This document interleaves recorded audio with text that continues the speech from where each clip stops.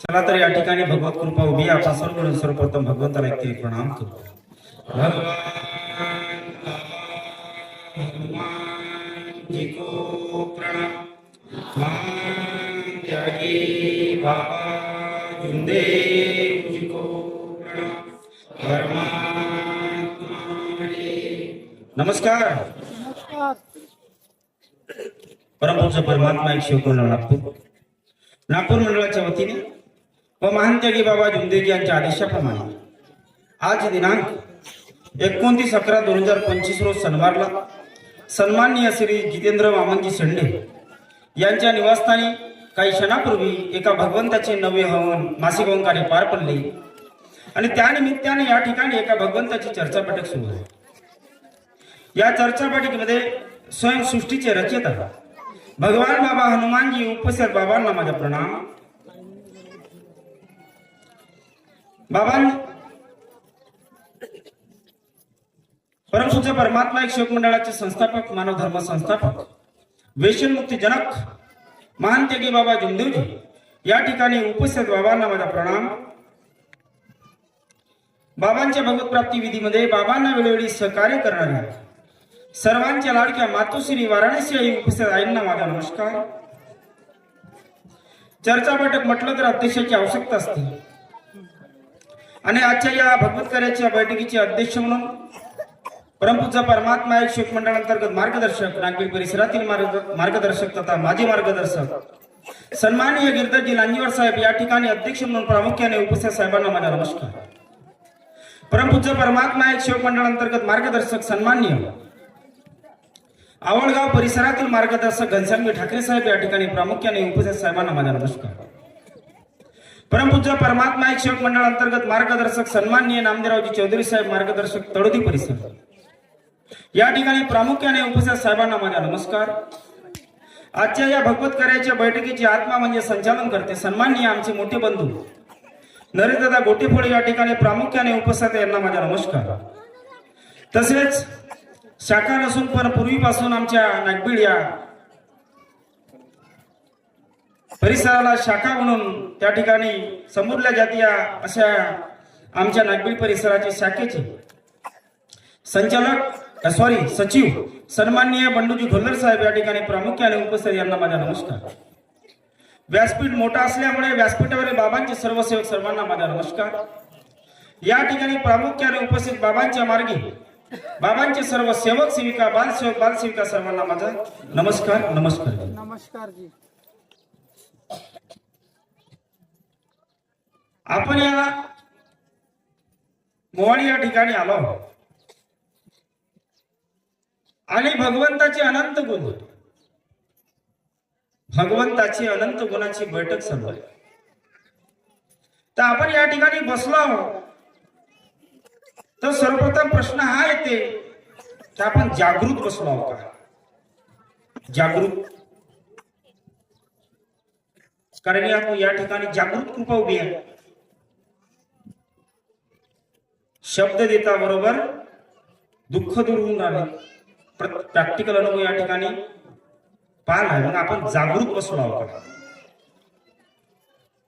जशा पाहुणी सेवकाची आज आठवण येते बाबाची. किती बोललो तरी आपण म्हणतोच कमीच आहे या ठिकाणी मान्यवर लोक.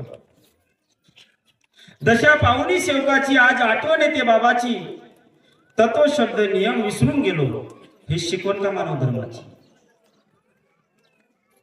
आज मला खंत वाटते म्हणे बाबा. काय म्हणे बाबा?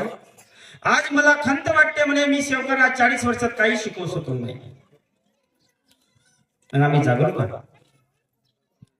बाबांनी म्हटलं संदेशात सांगितलं ज्या ज्या सेवकागे तुफान आणे. ऐकतो आपण ऐकतो पण आचरण करतो का? महत्वाचा मुद्दा तो. आम्ही केव्हा जगणार? आमच्या धर्माप्रती आमच्या कर्तव्याप्रती. म्हणून बाबाला ते शब्द बोलावं लागले. केव्हा? 40 वर्षानंतर ते शब्द बोलावं लागले की मी सेवकांना आज मला खंत वाटते म्हणे मी सेवकांना 40 वर्ष काही शिकवू शकलो नाही. बाबाने शिकवलं नाही का? बाबाने 48 वर्ष मार्गदर्शन केलं. जीवापाड कसं केलं? जीवापाड. बाबा म्हणे मी माझ्या सर्वांची पर्वा केली नाही म्हणे, या मानव धर्माच्या सेवकांना जागवण्यासाठी. अरे आता तरी सेवका जागा हो. काय म्हणतो मी? आता तरी सेवका जागा हो, मानव धर्माचा धागा हो. आता तरी सेवका जागा हो, मानव धर्माचा धागा हो. थोर आपले मानव धर्म, थोर आपले मानव धर्म, मानव धर्माचा करूया समान, मानव धर्माचा करूया समान. आता तरी सेवका जागा हो, मानव धर्माचा धागा हो. केव्हा जागा हो? केव्हा बाबाला समजू, केव्हा मानव धर्म शिकवणीला समजू. माईक लावला या ठिकाणी, आपणच नाही कॅमेरा लावलाय, लाखो लोक या कॅमेऱ्यावर ऐकतात आणि या परिसराचे लोक त्या माईकवर ऐकतात. माईक लावण्याचे एक कारण आहे. या मार्गात टीबी, कोळ, कॅन्सर, मारो, गलसर, भूताळकी, पागलपणा, ह्या सर्व व्याध्या विकार या मार्गात नष्ट झाले. मग आम्ही जागलो का की एवढी मोठी शारीरिक बिमारी हे दूर झाली कशामुळे? अरे पहिलेही तर मानवच होतो, आताही मानवच आहो. बाबा म्हणे माझ्याकडे जे सेवक येतात म्हणे त्यांना बाबांनी सोडवलाय म्हणे. कशातून? विचारातून, वाईट विचारातून सोडवला आहे म्हणे, वाईट कर्मातून सोडवला आहे म्हणे. म्हणून तर तुम्हाला परमेश्वरी प्राप्तीचा मार्ग दिलाय. मी त्या दिवशी एका सेवकाला प्रश्न केला होता की आपण साधे कार्य कशासाठी करतो म्हटलं. बरेचसे सेवकांना प्रश्न करत राहतो. आता कोणी म्हणते मी दुःख दूर, माझे मार्गात आल्यामुळे दुःख दूर झाले त्यासाठी, किंवा मला योग प्राप्तीसाठी. त्यांचे वेगवेगळे विचार त्यांच्या अनुभवानुसार निघाले. एकाने उत्तर दिला नाही. का बरं नाही दिला? त्यांचे अनुभव आहे. गोष्टी आम्ही दुनिया भरायच्या सांगतो. हॉटेलात बोलणी या माईक व बोलण्यात बहुत फरक आहे, जमीन आसमानची. परमेश्वरी कृपा या ठिकाणी जागृत आहे. एकाकडून उत्तर मिळालं नाही. फक्त आम्ही आमच्या स्वार्थासाठी मार्गात आलो. बाबा म्हणे तुम्ही तुमच्या स्वार्थासाठी मार्गात आले म्हणे, आणि तुमच्या स्वार्थ साधला तर पहिचानते कोण? आता पहिचानते कोण? या पद्धतीने तुम्ही आपल्या एकाग्रतेला तुलू नका. अनुभव आपण बरेचसे माईकवर ऐकतो. आपण आपल्या ध्वनीकडे लक्ष द्या, जेणेकरून आपली एकाग्रता भंग झाली नाही पाहिजे. बाबांनी आपल्याला कर्मभोगातून सोडवलाय आणि आम्ही काय शिकून राहिलो. एक दौऱ्यातला अनुभव सांगतो थोडक्यात. महान त्यागी बाबा जुमदेवजी गोवा दौऱ्यावर असताना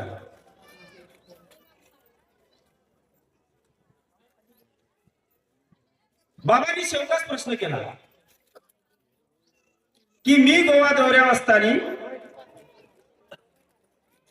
समुद्रात जेव्हा आंघोळ करण्याकरता जाण्यास निघालो तेव्हा 2 पाऊल पुढे जाताच तिकडून जोरदार लाट आली आणि मला संपूर्ण ओली चिंब करून गेली. असे का घडले? बाबांच्या प्रश्न शेवकांना होता. असे का घडले? शेवकांनी बाबाला उत्तर दिले की बाबा आपण भगवान आहात. काय म्हणतात की बाबा आपण भगवान आहात, आपली सेवा निष्काम आहे, आपण महान त्यागी आहे, आपण महान त्यागी आहात. तेव्हा समुद्र राजा रत्नाकर महाराज स्वतः येऊन आपले चरण स्पर्श करून आपल्याला आलिंगन घालून आपले स्वागत करत परत गेले. तेव्हा आपल्याला आंघोळ करण्याचा प्रश्नच राहिला नाही म्हणे. शौकांचे उत्तर बाबा. मग आम्ही बाबाला समजलो का की बाबा कोण आहेत? अरे बाबाला बाबा का बरं म्हणतो? पहिलं बाबा का म्हणतो आम्ही समजलो का? बाबाच्या कृपेला बाबाला बाबाची पत्नी स्वतः बाबाला बाबा म्हणते दोघांना. आपण बरेचसे अनुभव ऐकले. का बरं म्हणते? मग आम्ही बाबाला समजलो का? बाबाला जनावर समजले. सध्या बुद्या नावाचा एक बैल एका सेवकाच्या तो समजला बाबाला प्रणाम करतो बाबा आल्याबरोबर. खूप समजते. सैतान समजते बाबाला. पण हा मानव समजते का? हा मानव समजून राहिला नाही. म्हणून तर आम्ही मार्गात आल्यानंतर कर्म बघूया. आम्ही मार्गात आल्यानंतरही कर्म बघूया. एक कुत्ता ईमानदार है बोले बाबा. काय म्हणतात बाबा? एक कुत्ता ईमानदार है बोले लेकिन मानव बेईमान है बोले. अभी कुत्ते को मार्गदर्शन करो या मानव को मार्गदर्शन करो? और बाबा को क्या चाहिए? ईमानदार. लाखाला सेवक होतील म्हणे बाबा. मार्गदर्शकाच्या मुखकमलातून मी पण ऐकला. लाखाला सेवक होतील. एक दिवस हा पृथ्वी परमात्मामय होणार आहे. हे पाहून घ्या. एका गावात एक होते मग 10 झाले आता 25 50 100 आणि गिनतीच नाही. पण किती सेवक राहतील म्हणे? कसे सेवक राहतील म्हणे? बोटावर मोजण्या इतके सेवक राहतील म्हणे. बोटावर मोजणे इतके. मग एका गावात 50 सेवक आहे. तोही म्हणतो मी सेवक आहे. मी म्हणतो मी सेवक आहो. मग बोटावर आहे कोण? का बरं मार्गात राहणं मला एक प्राप्ती नाही आहे? मग आम्ही सेवक आहोत. बाबाची शब्द आहे. बालकदाजी ठोकर साहेब त्यांच्याशी आमची मुलाखत झाली तेव्हा अमोर समोर त्यांनी सांगितलं आम्हाला आष्टीमध्ये. बाबा माझ्या निवासस्थानी आल्यानंतर हे बोललेले वाक्य आहे म्हणे बाबा. मी पाहिलं की अमार्गात आलेला सेवक दुखी कष्टी गरीब राहू शकत नाही म्हणे. हे माझ्या निवासस्थानी बोललेले शब्द आहे म्हणे बाबा. आणि बाबा गेल्यानंतर तेव्हापासून माझी प्रगती चालू झाली म्हणे. तर अजून खुंटल्या गेली नाही. ही बाबांची कृपा. या ठिकाणी भुल्लर साहेबांनी खूप सुंदर मार्गदर्शन केलं. खूपच सुंदर.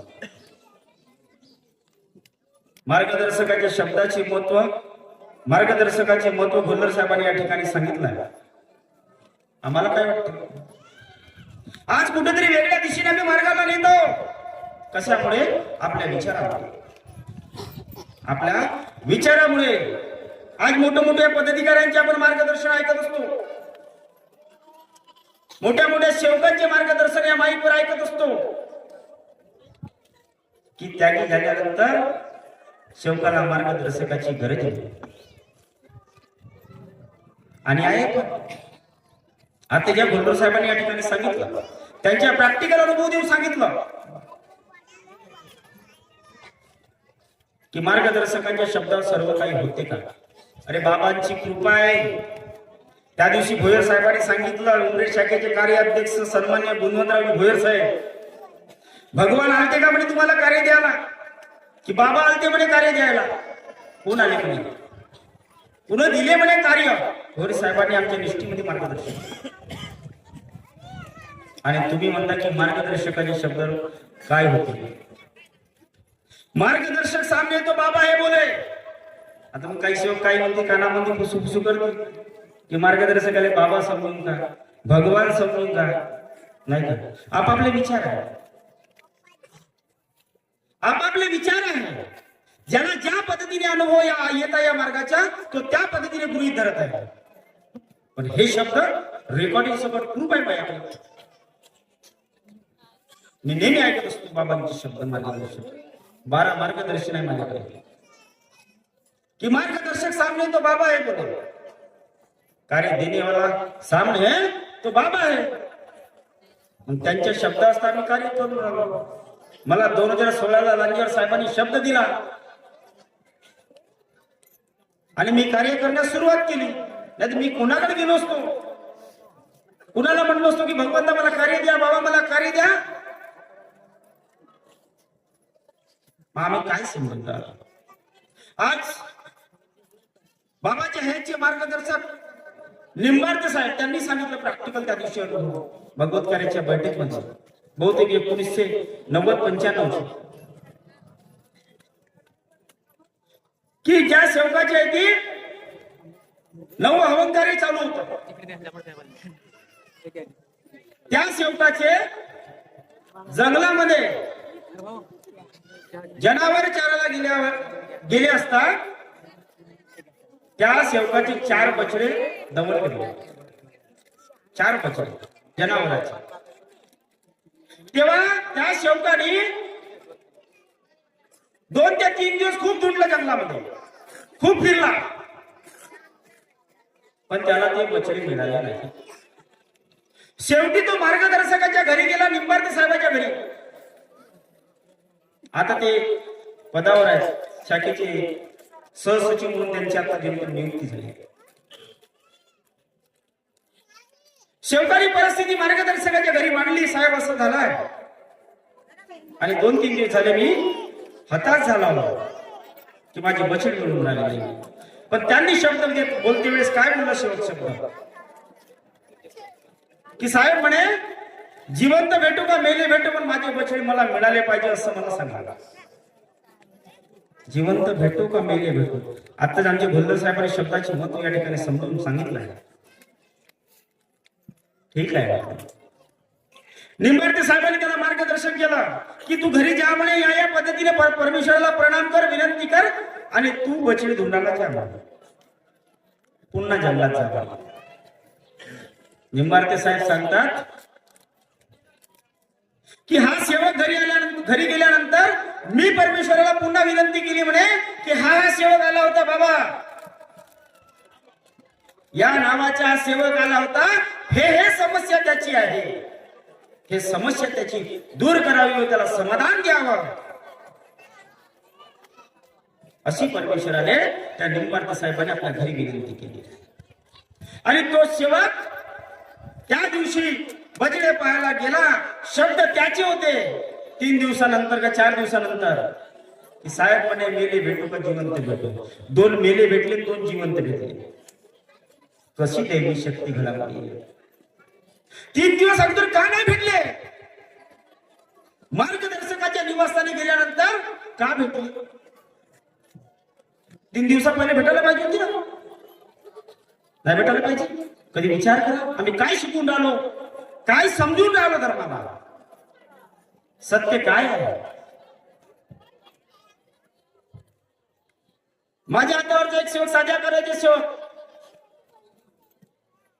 त्याची पत्नी भंडाऱ्यामध्ये भरती होती. पत्नी आहे पत्नी शिलारी आणि बाळ आहे 2, पोटामध्ये बाळ आहे 2. डॉक्टर म्हणते की मी हिला आणि बाळाला वाचवू शकत नाही. तो सेवक म्हणते की या ठिकाणी आला की नाही आला लक्ष ठेव. डॉक्टरांनी हात वरत केलं, याच्या लढणा भडणा चालू झाला, याच्या लढणा भडणा चालू झाला. हा इकडं पडते तिकडं पडते, सैरा वैरा. याला आठवलं की याला कोणीतरी पहिलं सांगितलं होतं की तू मार्गदर्शकाला कॉल करशील. त्याला त्या धांदीत लक्षात राहिलं नाही आणि काही वेळाने जेव्हा डॉक्टर म्हणतो की या बाईला आणि या बाळाला वाचवू शकत नाही, तेव्हा त्यांनी मला कॉल केलं लढता लढता आणि मला समस्या सांगू लागला की साहेब म्हणते अशी अशी परिस्थिती, डॉक्टरांनी असं असं सांगितलं. ठीक आहे म्हणलं, घाबरू नको, लढता बंद कर आणि परमेश्वराला या पद्धतीने प्रणाम करणं योग मागत राहील, काही होत नाही. मी घरी गेलो, भगवंताच्या प्रतिमेसमोर परमेश्वराला विनंती केली की हे भगवान बाबा हनुमानजी मानते ही बाबा जोंदेवजी, अल्लाना फलाना सेवकाची परिस्थिती अशीच आहे, त्याची पत्नी आणि त्याचे 2 बाळ सुरक्षित राहिले पाहिजे, असं त्याला त्या ठिकाणी येऊन द्या. माझ्या आईला सांगितलं ती घाबरल्यासारखी करते बाबा, ती पण परमेश्वराला विनंती करते. पहिली विनंती केली, दुसरी विनंती केली परमेश्वराला, आणि त्याचा फोन काही आला नाही. त्यामुळे मी म्हटलं पुन्हा परमेश्वराकडे जातो आणि तिसरी विनंती करतो आणि मग रिझल्ट पाहतो की नेमकं काय आहे, माझे शब्द परमेश्वराने कार्य केले किंवा नाही केले. तत्पूर्वी त्याची पोझिशन काय, समस्या काय आहे याकरता मी त्याला तिसरी विनंती करण्यापूर्वीच कॉल केला आणि विचारलं काय परिस्थिती आहे म्हणून. त्याला विचारलं काय परिस्थिती आहे जेणेकरून मला भगवंताला तुझ्यासाठी योग मागण्यास चांगलं होईल किंवा सांगण्यास चांगलं होईल की परमेश्वर तुला त्या ठिकाणी भंडाऱ्याला योग देईल. साहेब म्हणते जस्ट आत्ताच डिलिव्हरी झाली, पत्नी ही चांगली आहे आणि दोनही मुलं चांगली आहेत. तेव्हा माझ्या मुलाला समाधान वाटलं. परमेश्वराकडे तिसरी विनंती करण्याचा योग आला नाही आणि पडला. अर्ध्या रात्री जरी एखाद्या सेवकाचा फोन आला तरी मार्गदर्शकाला त्याला मार्गदर्शन करावं लागतं. पिंटूजी गोळमारे या ठिकाणी बसले स्टेजवर, त्याची सेवक यांची जी विचारधारा बनवली होती काही लोकांनी की मार्गदर्शकाची गरज नाही म्हणून हे बी त्या भावनेच्या आधी गेले होते. काही आहेत त्या ठिकाणी भुल्लर साहेबांनी खूप सुंदर बोलले. यांनी तीर्थ यांच्या मुलाची तब्येत बयकली, हे घबरावून गेले. यांनी तीर्थफुका केल्या, सर्व काही केलं, तीर्थफुका केल्या, सर्व काही केलं, कारण त्यागी आहे, यांना तर मार्गदर्शकाची गरज नाही. साध्या बाबत सेवका करता नियम 81 आहेत, त्याच्यात नियम नंबर 8 वाचून घ्या कशी गरज आहे. यांनी मला रात्री 11 वाजताच्या दरम्यान कॉल केला. मी आता झोपतच होतो, या बसलो होतो, आता झोपेन म्हणतो. यांनी आपली परिस्थिती सांगितली की साहेब असं असं झालंय, मला हे घाबरून गेलो. तर यांचे एक बाळ त्यापूर्वी तसंच दगावलं आहे. तेव्हा त्यांना विचारलं तुम्ही तीर्थ वगैरे दिलं का, फुका मारून दिल्या का. यांनी म्हटलं साहेब सर्वच केलं मी, आता पर्याय नव्हता मला. आणि त्यावेळेस त्यांनी कॉल केला गोळमारे यांना एका तासाची काळी देऊन एका तासात कशी विनंती करायची, कसं योग मागायचं सांगितलं. आणि यांना सांगितलं 12:15 ते 12:30 वाजेला मी तुमच्यासाठी जागतो, तुम्ही मला बरोबर टाइम फोन करा. या जो शब्द दिला यांनी 1.25 तासात या 1.5 तासात मला कॉल केला. साहेब जो प्रॉब्लेम होता पूर्ण नष्ट झाल्यामुळे आता माझा मुलगा आरामात झोपला. कशी दैवी शक्ती घडावली, कशी दैवी शक्ती घडावली. आम्ही का समजून आलो शब्दाला, शब्द देता बरोबर दुःख दूर होऊन राहिले आणि आता मार्गात आल्याच्या नंतर त्यागी झाल्याच्या नंतर पुन्हा कर्म भोगी होऊन राहिले. माझे अनुभव प्रॅक्टिकल आहे, माझे अनुभव प्रॅक्टिकल आहे. माझ्या पोटाचा विकार निर्माण झाला, जास्त गुन्हा खाणं पिणं बाहेरचं विकार निर्माण झाला, पोटाची ऍसिडिटी निर्माण झाली, पोट दुखणे एवढा वाढला का माझ्या राहून होत नव्हता. मी दवाखान्यात जाण्याचा प्रयत्न केला, फार्मसीत जाण्याचा प्रयत्न केला आणि त्यापूर्वी मी स्वतः तीर्थ बनवलं, 1 तास बनवलं, त्याच्यावरती बनवलं आणि तो दिवस एकवीचा आला. मी दवाखान्यात गेलो, फार्मसीत गेलो, मला गोळीच्या स्थान कुठेच मिळालं नाही, दवाखाना नाही मिळाला, गोळी नाही मिळाली. तेव्हा हताशून एका पांढऱ्यात बसलो आणि मला परमेश्वरी दैवी शक्ती घडावल्या. परमेश्वर किंवा काय घडलं काही खरं. त्यानंतर त्या ठिकाणी बसल्या बसल्या आठवलं की मी माझ्या मार्गदर्शकाला एक कॉल करून पाहतो, कारण मला 2016 पासून त्यांच्या शब्दाचे महत्व माहित आहे. त्यांनी दिलेल्या शब्दामुळे काय झालं आणि मी या स्टेजवर आज बोलून आलो, हे सर्व त्यांच्या शब्दामुळे घडलंय, त्यांच्या मार्गदर्शनामुळे मी घडलंय. आज एवढे लोक चाहत आहेत, या ऐकून घेण्यासाठी मला काही लोक येतात, हे सर्व माझ्या मार्गदर्शकाचे सहकार्य आणि त्यांचे शब्द आहेत. मी साहेबांना कॉल केला, साहेबांना सांगितलं साहेब अशी अशी माझी प्रकृती आहे, मला असं पूर्ण माझे रस्ते बंद झाले आहे आणि माझ्या पोटात दुखण्याचा विकार खूप वाढला आहे. आता मी माझ्या पद्धतीने 21-18-7 तीर्थ बनवला, पण साहेबांना जेव्हा मी कॉल केला समस्या सांगितली मार्गदर्शकाने मला वेगळाच शब्द दिला. आता मी माझ्या बुद्धीनं करत होतो, पण मार्गदर्शकाने त्याच्यापेक्षाही वरचे डोस सांगितला आणि 1.25 तासात मला कॉल करून सांगितलं. 1 तासाच्या अवधीमध्ये माझ्या पोट दुखण्याचा विकार पूर्णपणे थांबला. आणि मार्गदर्शक जरी माझ्यापाशी नसते, मी या मार्गाचा सेवक नसतो. दिवस 1 मेचा आला होता, सर्व दवाखाने फार्मस्या बंद. तेव्हा मी काय केलो असतो, कसा केलो असतो? म्हणजे किती भाग्यवान आम्ही, या मार्गाची सेवा किती भाग्यवान, किती शब्दात पावर आहे. मग मी तर तीर्थ बनवलं, सर्व गोष्टी केल्या, माफी मागितली. मग मला योग का बरं नाही मिळाला? मग मार्गदर्शकाला कॉल केला, त्यांनी शब्द दिला, त्याच्यापेक्षा वरचे तीर्थ बनवायला सांगितलं.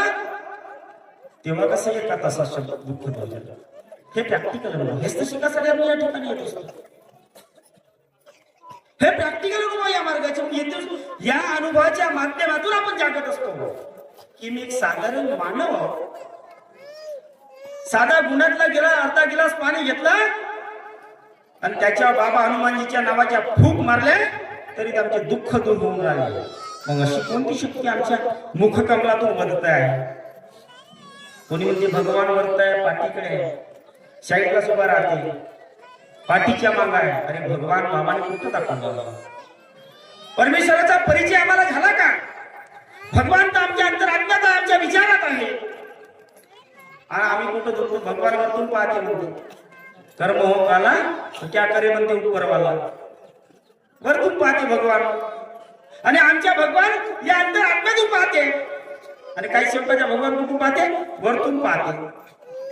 कर्म हो काला तो क्या करेगा उपरवाला. काही शेवटाच्या पाठीच्या मागे भगवान आहे. बाबाची शब्द आहे की देवाचा परिचय आहे का माहिती तुम्हाला? मी पाहतो तर भगवान दिसते. कुठं पाहतो? प्रत्येक नरनारीमध्ये भगवान पाहतो.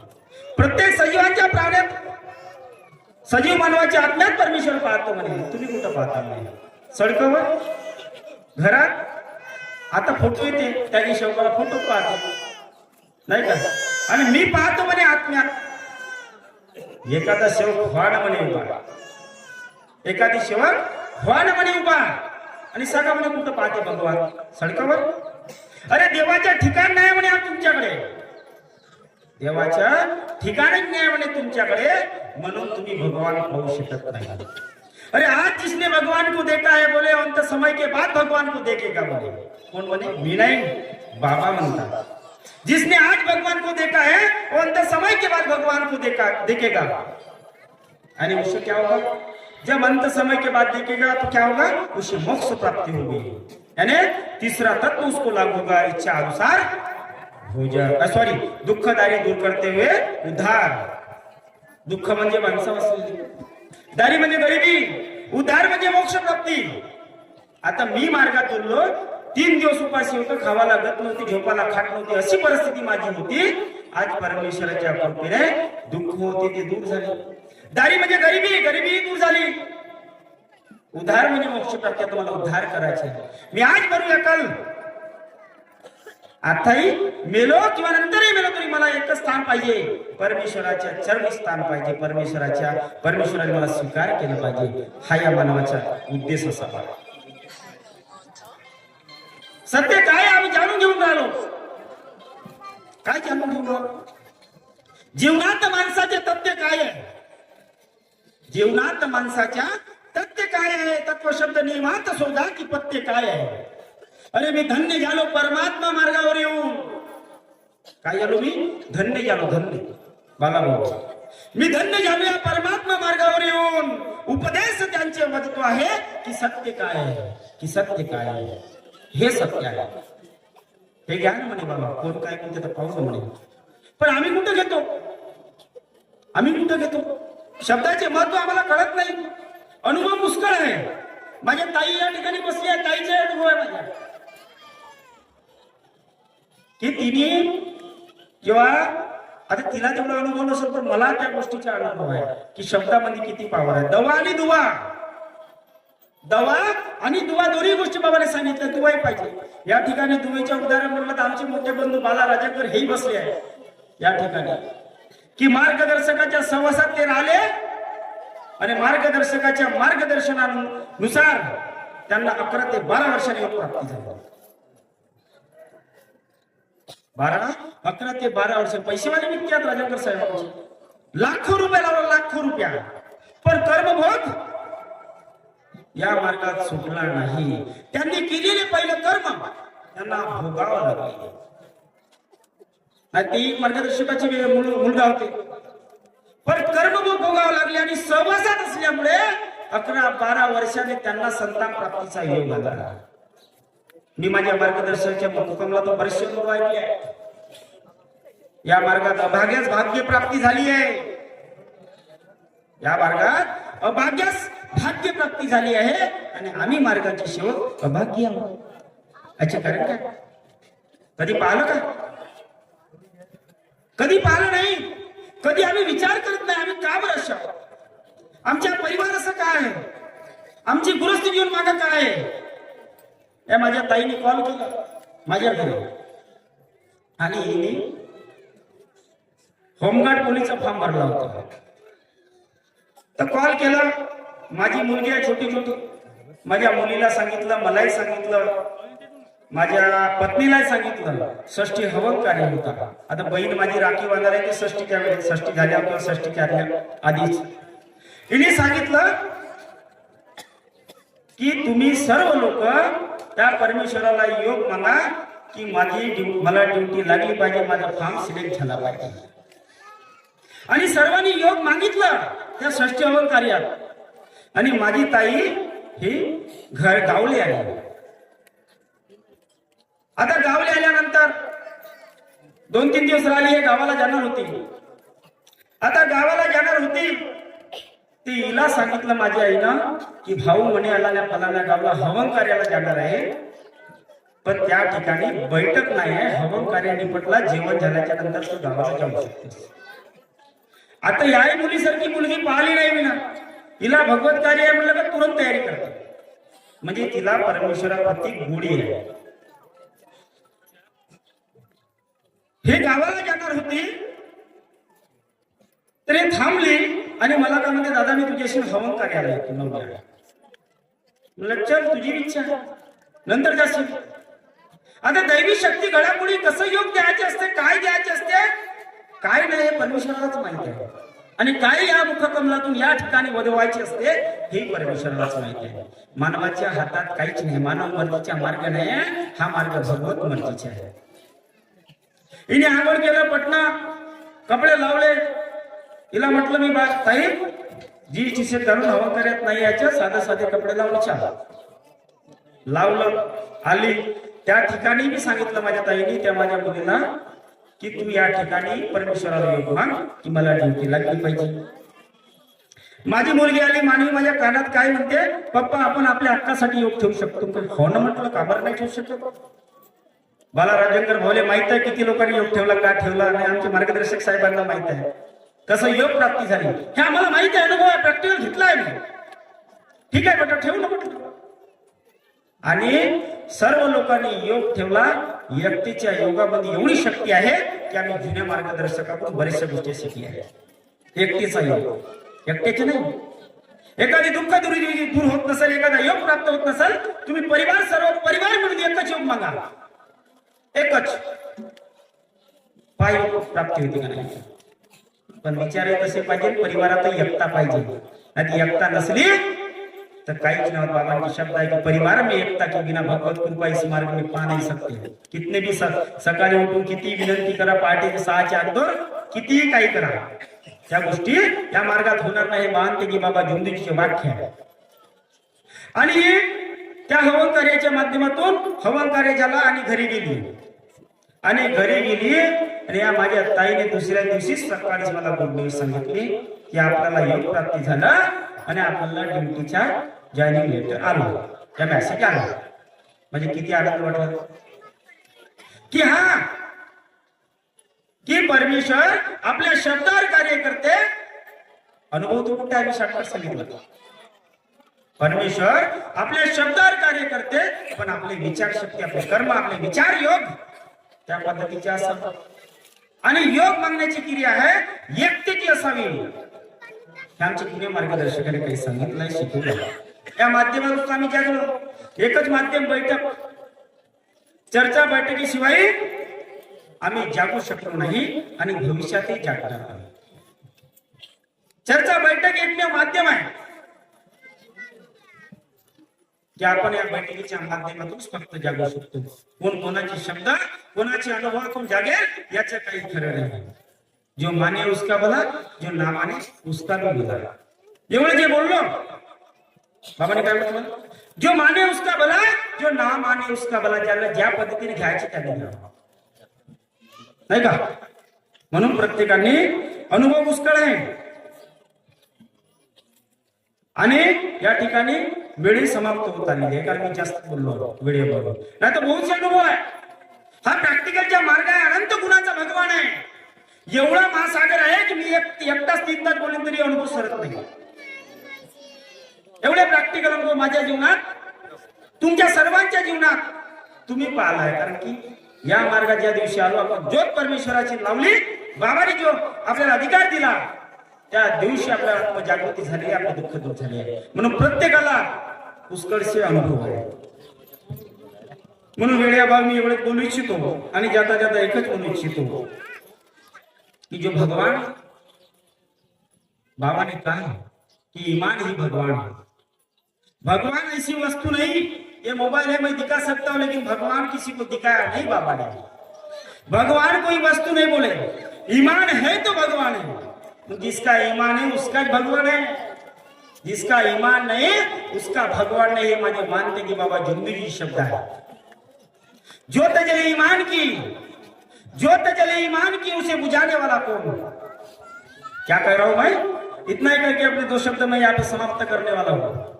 ज्योत जले ईमान की, उसे बुझाने वाला कौन. और जिसके ऊपर बाबा हनुमान जी की कृपा है, उसे मिठाने वाला कौन, उसे मिठाने वाला कौन. इतने कहकर मैं अपने 2 शब्द यहाँ पे समाप्त करता हूँ. सभी को मेरा नमस्कार जी, नमस्कार जी.